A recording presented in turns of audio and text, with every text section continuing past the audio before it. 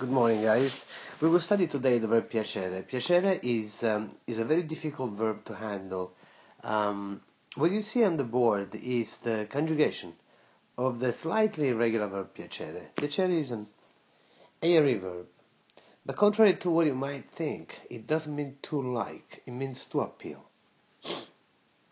That brings about a lot of problems. Just let's understand how to use it as the verb to appeal. You will see that it's slightly irregular. Rather than piaco, it's piaccio, and then we have piaci, piace. It looks like it's a fine airy verb over there. Then we have piacciamo. We double the C like we do in the first person singular, but no big surprises. Piacete, and then we double the C again in the third person plural. Piacciono. Okay, with those little irregularities, we still have a handleable airy verb. But just remember, you cannot say, I appeal my house, if you want to say, I like my house. The verb to appeal really is a difficult verb to handle, in Italian, of course. The verb piacere, not the verb to appeal, of course. And we need to understand how to structure it. But just before we even start discussing it, notice right away that the two third persons, piace and piacciono, will take a very relevant role into the way we will use the verb piacere in Italian to express the idea of liking something of somebody. So with this in mind, and you can consult these 6 forms anytime during this class, just remembering that we will never use piaccio, piaci, piacciamo, and piacete. You will extensively use piace and piacciono, and you also will extensively use the piace and piacciono in the imperfetto and in the passato prossimo, because the verb piacere is not something that belongs to the present tense. You can assign any tense to an action with the verb to like. So let's structure some easy sentences in English. For example, let's create a structure. First of all, remember, you will use the verb to like into not only small sentences like we usually do, I like my teacher. You will have to write essays or entire paragraphs or sentences where the expression of liking something is only a small part of it. It might be, well, after I saw you yesterday, John, I decided that I like your house. And as you can see, I like your house is only a small portion of a long sentence that you need to write. And I always told you, you need to be prepared to handle small subsets of sentences in isolation. So, for example, let's use the last part of that sentence. Let's say that we have to say, Enrico likes my house, which makes it a little bit better for what I need to explain. So, we have Enrico likes my house, and let's also deal with the same kind of structure.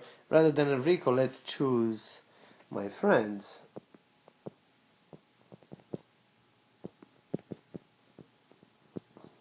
like my house.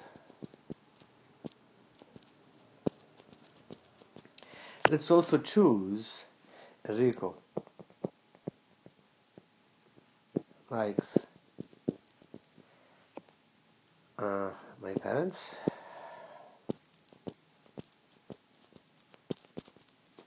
and my friends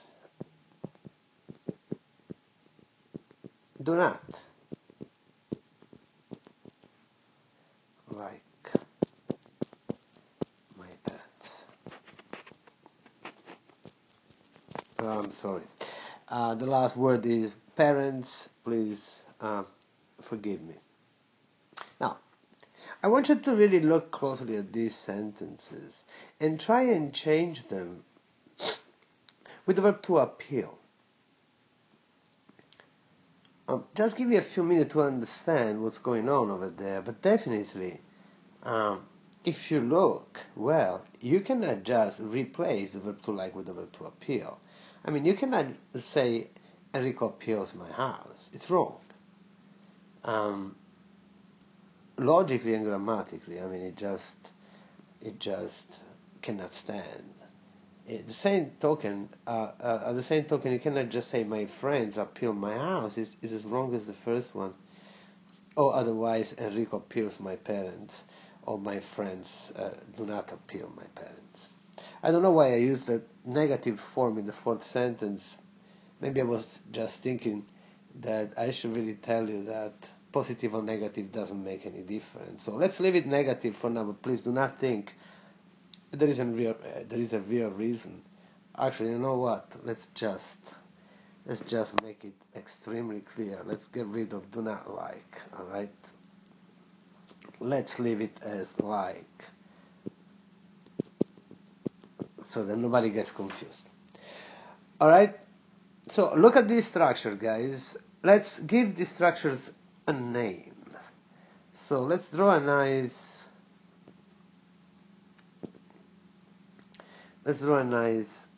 little line over here.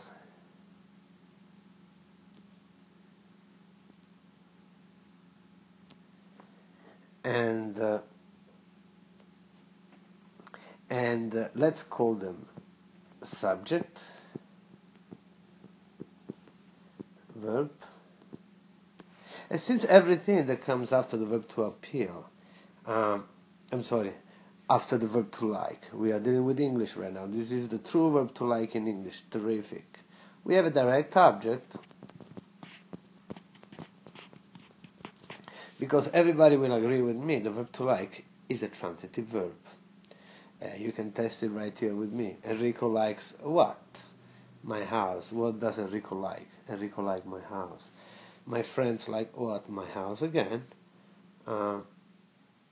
Enrico likes my parents. Enrico likes whom? My parents. Or my friends like my parents, and my friends like whom? My parents. Okay, let's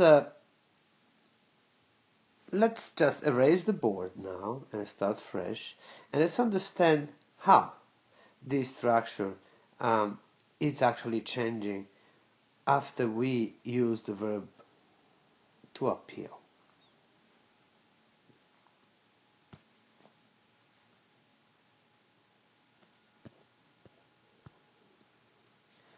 Well, now, when I use the verb to appeal, I cannot say Enrico appeals my house. I need to say to Enrico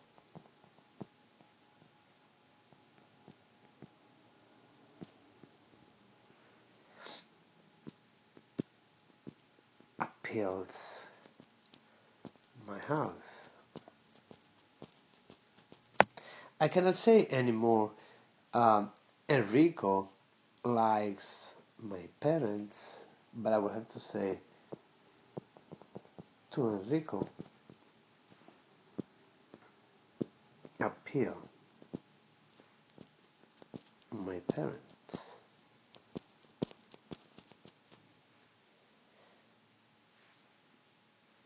I cannot say anymore to my friends.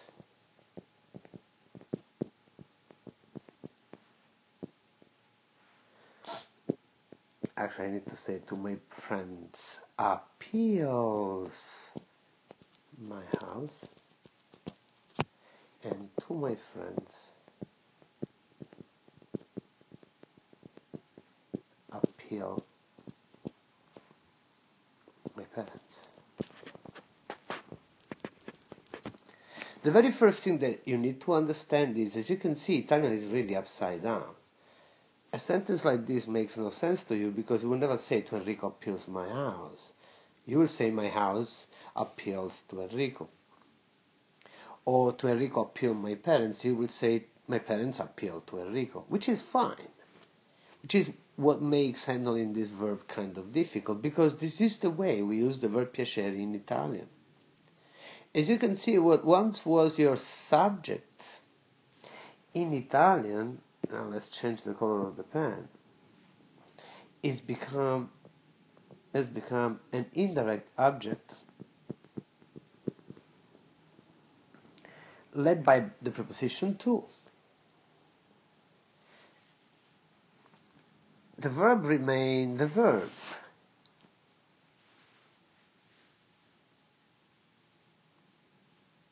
And the direct object has truly become the subject.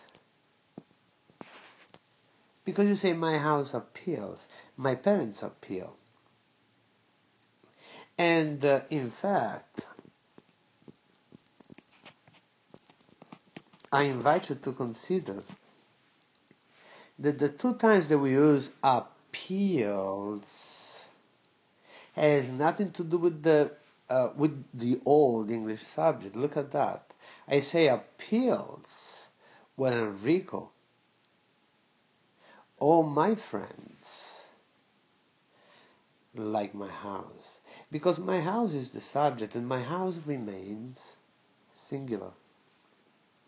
You will see that appeal, that is the third person plural in English, of course, but is the third person plural in this particular structure, in fact applies every time the new subject, which is my parents, is in fact the subject of this sentence. The indirect object is not relevant to Enrico or to my friends. It will still be appeal. The next thing that I want you to notice, that the verb is always going to be in the third person. But this time it will be a third person singular or the third person plural, depending on what the subject is. When you say my house, it's going to be a third person singular, and when you say my parents, it's going to be a third person plural. I invite you to consider this new structure. It's not easy to be handled in Italian, but I also invite you to consider that the use of the present tense is only for the purpose of the explanation. But you need to understand that we can really vary the present tense into an imperfecto, into a past, passato prossimo, or into a future, or into a conditional, very easily. Let's use the very first one. To Enrico appeals my house. If you want to make it plural, it would be to Enrico will appeal my house. Actually, you know what? Let's do the English way, otherwise you might get confused. But remember, this is the Italian structure. So my house will appeal to Enrico. My house, imperfetto, used to appeal to Enrico. My house appealed to Enrico yesterday when he visited us. My house would appeal to Enrico, conditional. We haven't studied it. My house would appeal to Enrico if it were a little larger. The same way, as you can see, works with the plural, subject of the verb to appeal. Remember, it used to be a direct object in Italian. Enrico likes whom? My parents. Alright. In Italian sounds like my parents appeal to Enrico. And again, that could become so many different tenses, and I want you to start handling all the tenses that we studied. That is the part that is actually the subject of the second video that I will post. The same way you say my parents appeal to Enrico could become my parents will appeal to Enrico once he gets to know them. Or otherwise you might say my parents used to appeal to Enrico, now they don't anymore. Or you might say my parents appealed very much to Enrico yesterday when he met them. Or otherwise you might use a conditional by saying my parents would appeal to Enrico if he only knew them. Now, this first video is just to make you understand what we are studying. We are studying the verb piacere. We studied that it means the verb to appeal, not to like. We studied that the structure that we need to put in place in order to handle effectively the verb piacere is 1. Let's change the color of this pen. 1. Indirect object, which in English is the subject. 2. The verb piacere using the third person singular or plural based in fact on the subject, which is what used to be the direct object. Enrico likes my house. Now my house is the subject of the verb to appeal. My house appeals to Enrico. So if whatever was liked is singular, you will use the third person singular of the verb piacere, and whenever we have a plural, my parents, as the subject, you will use third person plural of the verb piacere. The next video, this is way too long, so I need to stop it here. But the next video will start applying Italian to all these concepts. Thank you very much.